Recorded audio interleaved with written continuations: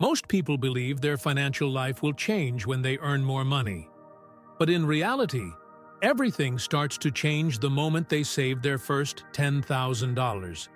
Not because the number is impressive, but because it permanently alters how they think, decide, and react under pressure. From that point on, money stops controlling their behavior. What makes this milestone so powerful is that it's invisible from the outside. No lifestyle upgrade, no applause. Just a quiet internal shift where fear gives way to control and urgency is replaced by patience. The person who crosses this line begins making decisions from stability instead of survival. And that single change compounds faster than any investment ever could. This is why two people earning the same income can end up in completely different places. One stays trapped in reaction mode, while the other moves forward with clarity and leverage. And it all traces back to what really changes after the first $10,000 is saved. The first $10,000 isn't about money, it's about identity. The first $10,000 changes how a person sees themselves long before it changes their financial reality. Before that point, most people think of themselves as someone who tries to save, someone constantly juggling willpower, bills, and temptation. Hitting this milestone quietly shifts that identity into someone who knows they can accumulate capital. That internal change is far more powerful than the number sitting in the account. Once that identity locks in, everyday decisions start to feel different. Spending is no longer just about convenience or short-term comfort, but about staying aligned with the kind of person they believe they are becoming. They don't rely on bursts of motivation anymore, because consistency has already proven itself. Saving stops feeling like deprivation and starts feeling like evidence of self-control. What makes this shift so strong is that it doesn't need validation. No one else has to know for it to matter. That quiet confidence becomes a foundation, and it naturally leads to a deeper realization. This milestone wasn't built on excitement or luck, but on discipline that showed up even when motivation didn't. Discipline beats motivation every time. What the first $10,000 really proves is not enthusiasm, luck, or intelligence, but discipline. Motivation is emotional and temporary. It shows up when things feel exciting and disappears when life gets inconvenient. Discipline, on the other hand, operates quietly in the background, guiding behavior on ordinary days when nothing feels inspiring. This milestone exists because consistent actions were taken even when no one felt like doing them. Over time, this creates a powerful internal reference point. Instead of waiting to feel motivated, the person learns to trust systems, routines, and habits that don't depend on mood.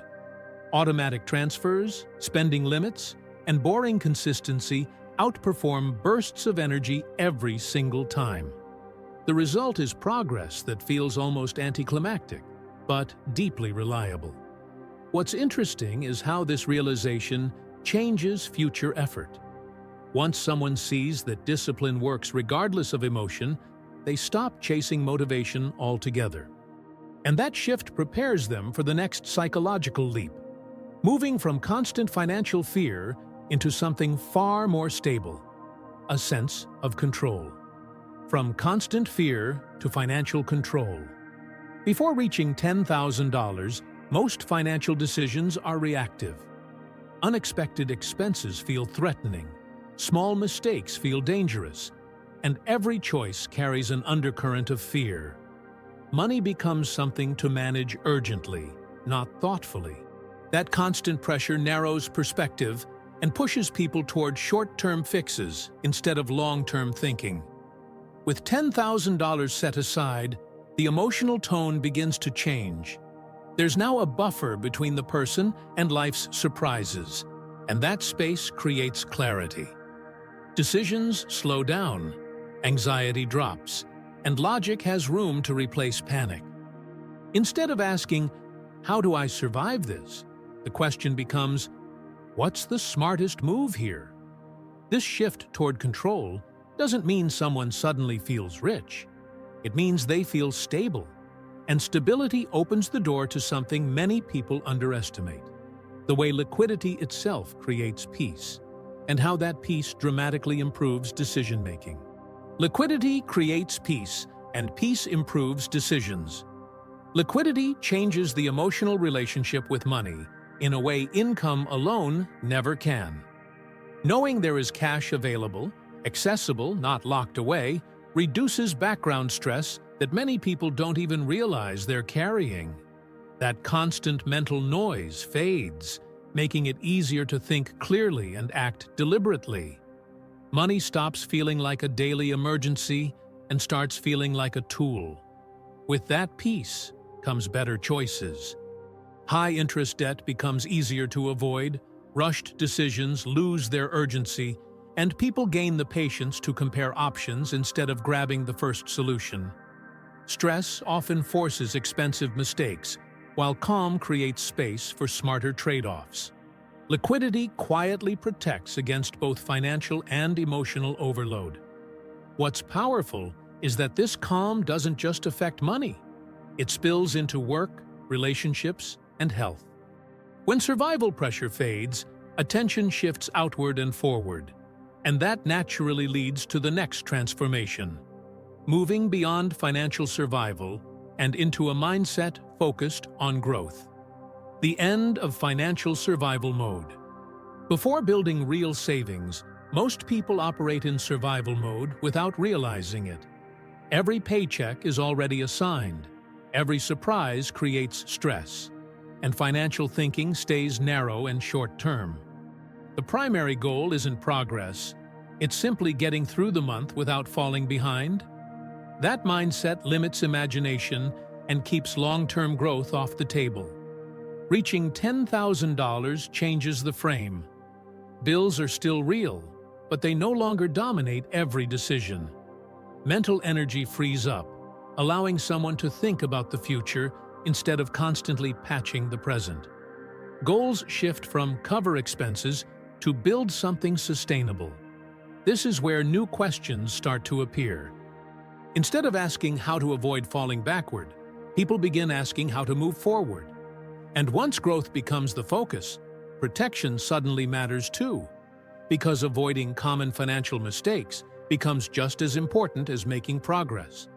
$10,000 as a shield against common financial mistakes. One of the most overlooked benefits of having $10,000 is protection. Without a buffer, everyday problems quickly turn into expensive mistakes. Credit cards, high-interest loans, or rushed decisions made under pressure. Emergencies don't just cost money. They force people into choices they wouldn't make if they had time. Cash acts as a shield against that cycle. With liquidity in place, unexpected expenses stay contained. A car repair is inconvenient, not catastrophic. A medical bill is stressful, but it doesn't derail everything else. The presence of savings buys time, and time is what allows rational thinking to take over. This protection does more than prevent losses. It preserves confidence and momentum, keeping small setbacks from turning into long-term damage. And once mistakes are no longer threatening, a new door opens, one that leads to investing with patience instead of urgency. The gateway to investing, with intelligence, not urgency. Before reaching $10,000, investing often feels rushed. People feel pressure to do something quickly, afraid of missing out or falling behind. That urgency leads to chasing trends, copying others, or taking risks they don't fully understand. Without a cash buffer, every investment decision carries emotional weight. With savings in place, that pressure eases. Now, investing becomes a choice rather than a necessity. A person can wait, research, and pass on opportunities that don't make sense. Patience replaces desperation, and long-term thinking replaces impulsive action. This shift is subtle but powerful. The ability to say, "not yet," is one of the most underrated financial skills. And once someone experiences that calm, intentional approach, something else begins to grow quietly alongside their portfolio. Silent confidence. Quiet confidence. Nothing left to prove. Accumulating $10,000 creates a confidence that doesn't need to be announced. It's not loud, flashy, or performative, it's internal. People who build real savings stop comparing themselves as much because their security doesn't depend on external validation. They know what they've built, and that knowledge is enough. This kind of confidence changes behavior in subtle ways. Spending to impress others loses its appeal, and financial decisions become more private and intentional. There's less urge to explain, justify, or compete. Wealth, in its early but real form, becomes something that's felt rather than displayed. What's interesting is how this silence compounds. The less someone needs to prove, the easier it becomes to stay focused on long-term goals. And that focus sets up the final shift, the invisible compounding effect that comes from becoming a different person altogether. The invisible compounding effect that changes everything. The next $10,000 is rarely as hard as the first, and that's not because income suddenly jumps. It's because the person has changed. The habits, systems, and identity built along the way continue operating automatically. What once required effort now feels normal. This is the invisible compounding effect most people miss. It's not just money earning money, it's behavior reinforcing behavior. Consistency becomes self-sustaining, and progress accelerates without feeling forced. The trajectory shifts quietly but permanently. At this stage, saving and investing are no longer goals, they're defaults. And while nothing dramatic may happen overnight, the direction is set. That's when $10,000 stops being a milestone and starts being the foundation for everything that comes next. Saving $10,000 doesn't magically solve every financial problem, but it changes the kind of problems a person faces. It creates space to think, to choose, and to act intentionally instead of reacting under pressure. More importantly, it proves that progress is possible through consistency, not luck or perfect timing. That realization alone reshapes what someone believes they're capable of. The real question isn't how fast the next milestone comes, but who the person continues to become along the way. Do their habits stay aligned with growth, or do old patterns quietly return once things feel comfortable? Financial stability is fragile when it's accidental, but incredibly durable when it's built on identity and discipline. That's the difference between temporary relief and long-term control. If this way of thinking resonates, this channel exists to help you build that kind of foundation, step by step, without hype or shortcuts. Subscribe, turn on notifications, and keep learning how to make money a tool instead of a source of stress. Because the most valuable returns aren't just financial, they're the ones that change how you live.